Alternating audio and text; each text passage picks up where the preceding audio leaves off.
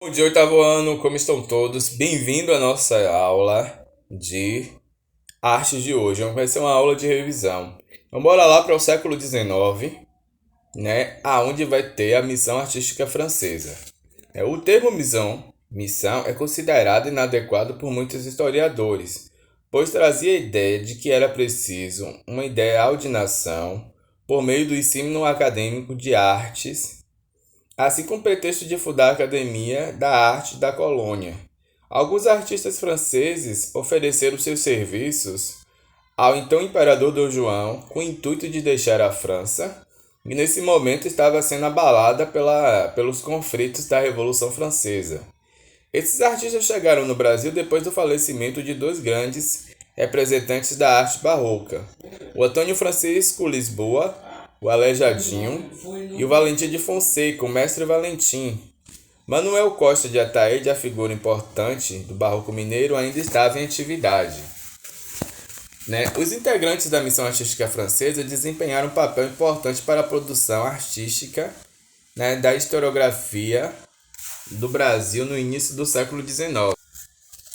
A chegada da família real, vinda de lá de Portugal para o Brasil colônia, traz também, essa questão dos artistas.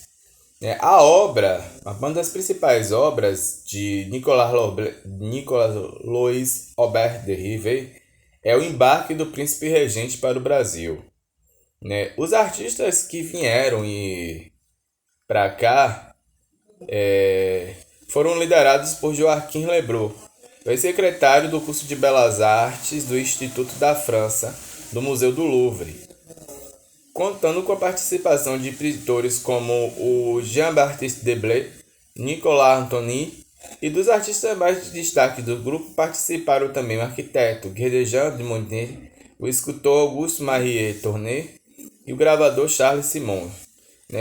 Debray foi, na verdade, ele é considerado a alma da missão artística francesa. Em suas pinturas, ele documentou acontecimentos sociais e políticos e históricos naquele momento do Brasil colônia, no Rio de Janeiro. O artista também ministrou aula de pintura em seu ateliê e posteriormente foi professor acadêmico de pintura histórica. Enquanto esteve no Brasil, retratou os costumes e as diversidades a ética na população da colônia. Então, assim, o Debray ele tinha, essa questão de pintar, a historiografia, a questão de narrar o que estava acontecendo naquele momento lá na história. Ele também levou assim, tinha-se um mito de um bom selvagem, do Jean-Jacques Rousseau, que seria correlacionado aos índios, os indígenas que já estavam aqui. Já o Nicolas Antonier Tonin, chegou ao Brasil aos 61 anos de idade e o artista experiente e renomado na França. Durante sua estadia aqui no Brasil, que foi curta, ele retratou mulheres da corte, como a Rainha Carlota, Maria Isabel e Maria Francisca. Porém, seu grande destaque foi para a pintura de paisagens, como você pode ver aí no módulo de vocês, que ele pintava paisagens e paisagens correlacionadas ao Rio de Janeiro. Saindo daí, aí vamos para o arquiteto e urbanista Guerdejean Monet. Ele projetou a Academia Imperial de Belas Artes em 1826 e foi o principal responsável pelo ensino da arquitetura na academia. Ele projetou muito pouco no Brasil na sua vida, pela questão da escassez de material e técnica, mas ele pode deixar a antiga própria casa dele, como um exemplo de uma arquitetura que ele traz de lá da França para o Brasil. O grande legado dos artistas franceses foi a difusão do ensino formal de arte que assim imposicionou, a organização de um sistema artístico acadêmico aqui no Brasil.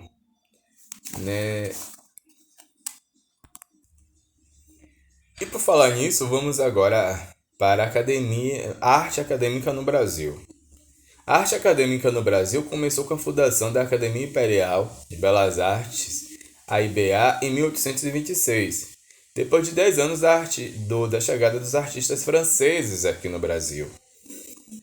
Durante sua existência, de 1826 a 1889, a Academia Imperial contou com a direção de diversos artistas, tendo destaque da administração de 1834 a 1851, do pintor Félix Émile Taulné, filho de Nicolas Antonier Taulné, que organizou a Pinacoteca de Academia e Exposições Gerais de Belas Artes.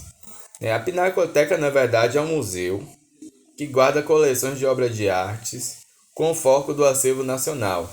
No Brasil, temos a Pinacoteca do Estado de São Paulo.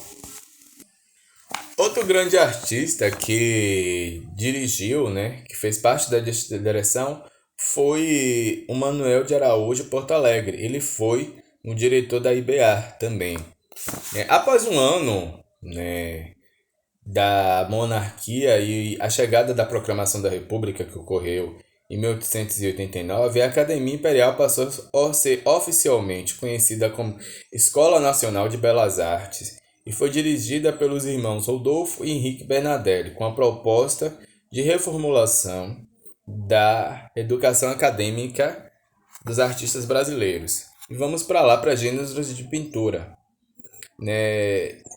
Geralmente, as obras de arte são organizadas por gêneros, ou seja, são classificadas por temas. Gênero de pintura histórica. São obras que representam acontecimentos históricos de um modo grandioso, como temos aqui o exemplo de Pedro Américo, que pintou a Batalha do Avaí, que retrata a Guerra do Paraguai. Temos gênero também de retrato. Como assim o gênero de retrato? Então, foi durante muito tempo na história da arte uma das funções dos artistas, pois seu objetivo era retratar famílias, e pessoas da alta aristocracia de uma forma real e detalhada, personalidades importantes da época. Gênero de natureza morta, que são obras que trazem seres inanimados, como frutas, flores e animais.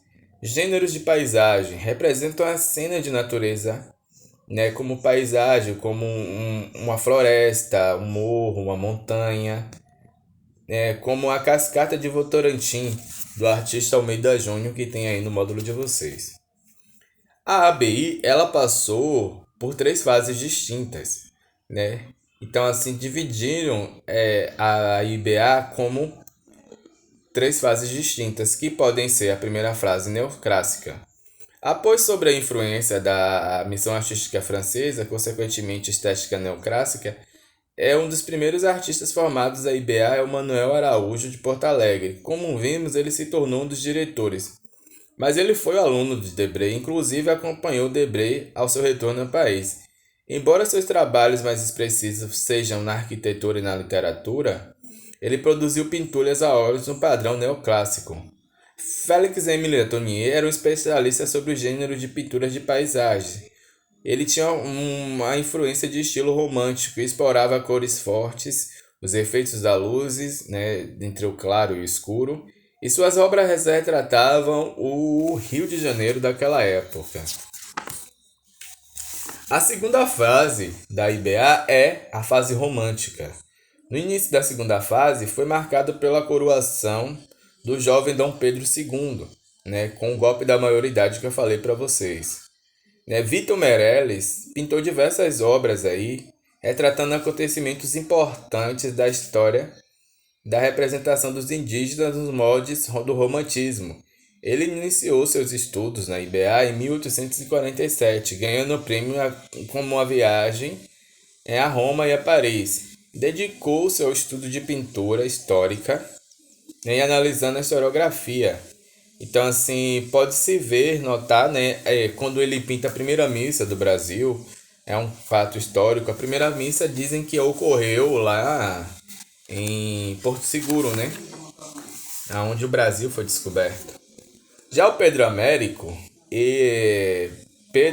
de Figueiredo e Melo foi um pintor e professor da IBA.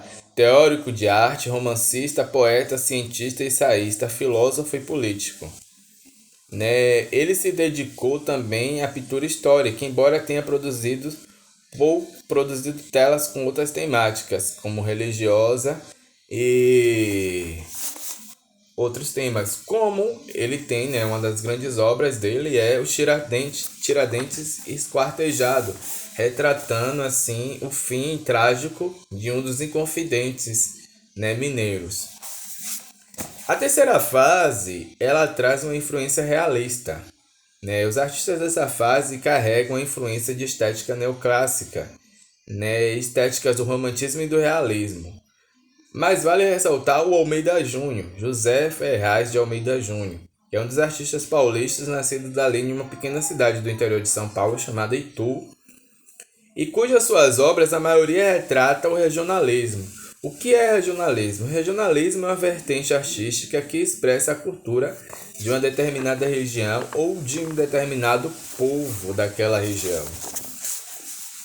O Rodolfo de Amoedo é um pintor que foi um dos introdutores da corrente artística que atualizaram a Academia de Arte Brasileira, trazendo representações idealizadas do que a pintura neoclássica e romântica predominante até então. Assim, na sua obra ele traz até uma questão do indígena, né? O romantismo do indígena, a questão dos jesuítas com o indígena, né? Como eu falei, né, da questão do bom selvagem. O Rodolfo Bernardelli, né, irmão dos pintores Henrique e Félix Bernardelli, foi escultor e professor da IBA. Produziu esculturas e monumentos com temáticas regionais, históricas e literárias indianistas. Destaca as obras Moemas, Santo Estevão, Faceira, nas quais o artista explorava a representação da figura humana. E agora vamos falar de Eliseu Visconti. O aluno de Victor Meirelles e Rodolfo de Amoedo, Eliseu Visconti produziu obras com forte influência do impressionismo europeu, com cores mais claras, luminosas e pinceladas soltas e fragmentadas, características próprias da estética, né, expressionista. Victor é considerado o maior representante do impressionismo no Brasil, uma vez que recusa a imitação do modelo clássico orientados pelos professores da IBA e passa a trabalhar com efeitos de luminosidade na tela. Qualquer dúvida sobre a aula de hoje é só perguntar. Eu passei atividade de revisão. Tchau, tchau. Forte abraço.